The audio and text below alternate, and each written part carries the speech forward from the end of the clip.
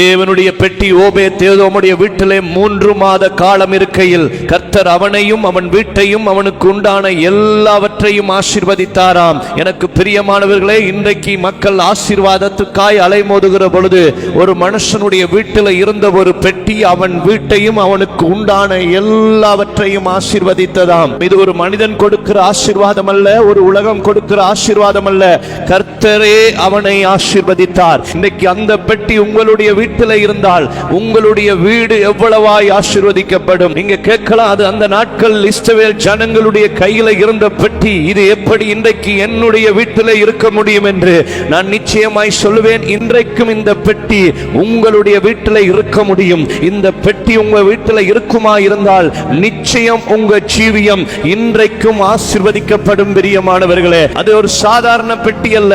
அந்த பெட்டியிலே தேவ மகிமை இருந்தது, தேவ பிரசன்னம் இருந்தது.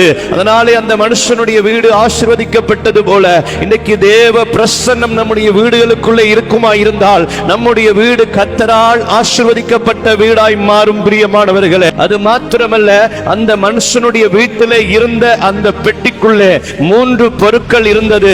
1 மன்னா வைக்கப்பட்ட பொற்பாத்திரம், 2 10 கற்பனை அடங்கிய 2 கற்பலகைகள், 3 ஆரோனுடைய துளிர்த்த கோல். இது 3ம் அந்த பெட்டிக்குள்ளே இருந்தது. அந்த 3 பொருட்களும் இருந்த பெட்டி அவன் வீட்டில் இருந்த பொழுது அவன் வீடு ஆசீர்வதிக்கப்பட்டது போல அந்த 3 காரியங்கள் இன்றைக்கு நம்முடைய வாழ்க்கையில இருக்குமா இருந்தால் நம்முடைய ஜீவியம் இன்றைக்கு கர்த்தரால் ஆசீர்வதிக்கப்பட்ட வீடாய் மாறும். பிரியமானவர்களே, 1 மன்னா வைக்கப்பட்ட பொற்பாத்திரம் இருந்தது. அன்றைக்கு இஸ்ரவேல் ஜனங்கள் வனாந்திரத்திலே பிரயாணப்பட்டு வருகிற பொழுது, பசியோடு களைத்து போய் வருகிற பொழுது தேவனால் அனுதினமும் அவர்களை போஷிப்பதற்கு வானத்திலிருந்து கொடுக்கப்பட்ட அப்பமே இந்த மன்னா. பிரியமானவர்களே, இயேசு சொன்னார், உங்கள் பிதாக்கள் இந்த மன்னாவை புசித்தும் மரித்தார்கள், ஆனால் இதில் புசிக்கிறவன் ஒரு நாளும் மரிப்பதில்லை. நானே வானத்திலிருந்து இறங்கின அப்பம். எப்படி வானத்திலிருந்து அப்பம் தேவனால் கொடுக்கப்பட்டதோ அப்படியே இன்றைக்கு நம்முடைய கையில் உள்ள பரிசுத்த வேதாகமத்தில் உள்ள வார்த்தைகள் ஒவ்வொன்றும்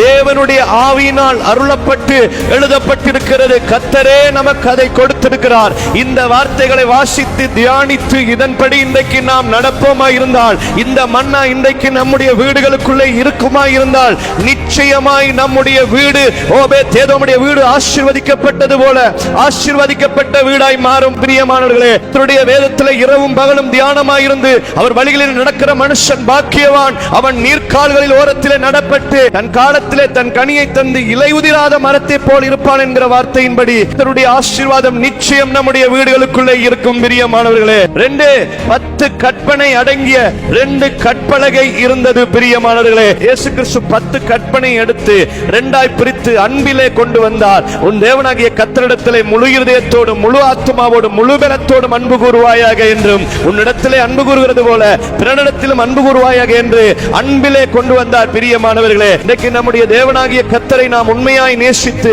கர்த்தருக்கு பிரியமானபடி நம்முடைய வாழ்க்கையை மாற்றுவோமா இருந்தால் நம்முடைய வீடு ஆசீர்வதிக்கப்படும். இன்றைக்கு நம்மை நாம் நேசிக்கிறது போல மற்ற மனிதர்களை நேசித்து கர்த்தருடைய அன்பை நாம் காட்டுவோமா இருந்தால் நிச்சயம் நம்முடைய வீடு ஓபேத்-ஏதோமுடைய வீடு ஆசீர்வதிக்கப்பட்டது போல ஆசீர்வதிக்கப்படும். பிரியமானவர்களே, அவரிடத்தில் அன்பு கூர்ந்து அவருடைய கற்பனைகளின்படி நடக்கிறவனுக்கோ 1000 தலைமுறைக்கும் இரக்கம் செய்கிற கர்த்தர் இரக்கம் செய்வாராக. 3 ஆரோனுடைய துளிர்த்த கோல் இருந்தது. அன்றைக்கு இஸ்ரவேல் ஜனங்கள் மோசேக்கு எதிராயும் ஆரோனுக்கு எதிராயும் முறுமுறுத்த பொழுது தேவன் தன்னால் அழைக்கப்பட்டவர்களை அடையாளப்படுத்தும்படிக்கு 12 கோத்திரத்தாருடைய கோல்களையும் தேவன் சாட்சி பெட்டிக்கு முன்பதாய் கொண்டு வர செய்தார். 12 கோல்களும் ராத்திரியிலே சாட்சி பெட்டிக்கு முன்பதாய் வைக்கப்பட்டிருந்தது. ஆனால் காலையிலே போய் பார்த்த பொழுது ஒரு ஆரோனுடைய கோல் பூத்திருந்தது, துளித்திருந்தது, காய்த்திருந்தது, கனி தந்திருந்தது. பிரியமானவர்களே, அந்த கோலை எடுத்து வெளியே காண்பித்த பொழுது கர்த்தரால் அழைக்கப்பட்டவர்களை தேவன் அடையாளப்படுத்தினார். எனக்கு பிரியமானவர்களே, இந்த ஆரோனுடைய துளித்த கோலை போல நம் எல்லாருக்கும் கர்த்தர் ஒவ்வொரு கோல்களை கொடுத்திருக்கிறார். நம்மை நேசித்து கர்த்தருக்குள்ளே நம்மை நடத்தி நம்முடைய ஆத்துமாவுக்கு உத்தரவாதிகளாய் நம்முடைய பரலோக ராஜ்யத்திலே நம்மை சேர்க்க வேண்டும் என்று இரவும் பகலும் நமக்காய் செபிக்கிற ஊழியர்கள், மேய்ப்பர்கள், உங்களுடைய போதகர்கள், அவர்களுக்கு கொடுக்க வேண்டிய கனத்தையும் மரியாதையும் கொடுத்து அவர்களை நேசித்து அவர்களிடத்திலிருந்து தேவ ஆலோசனைகளை நாம் பெறுகிற பொழுது நிச்சயமாய் உங்களுடைய வீடு ஆசீர்வதிக்கப்படும். பிரியமானவர்களே, ஏனென்றால் ஆரோனை போல அழைக்கப்பட்டால் ஒழிய இந்த கனமான ஊழியத்துக்கு நமக்கு தானாய் ஒருவரும் ஏற்படுகிறதில்லை. கர்த்தருடைய பிரசன்னமும் மகிமையும் நிறைந்த பெட்டி ஓபேத்ஏதோமுடைய வீட்டில் இருந்த பொழுது அவன் வீடு ஆசீர்வதிக்கப்பட்டது போல தேவ பிரசன்னமும் தேவ மகிமையும் இன்றைக்கு உங்களுடைய வீடுகளுக்குள்ள இருக்குமா இருந்தால் உங்களுடைய வீடு ஆசீர்வதிக்கப்படும். பெட்டிக்குள்ளே மன்னா வைக்கப்பட்ட பாத்திரமும் கற்பலகைகளும் ஆரோருடைய துளித்த கோலும் இருந்தது.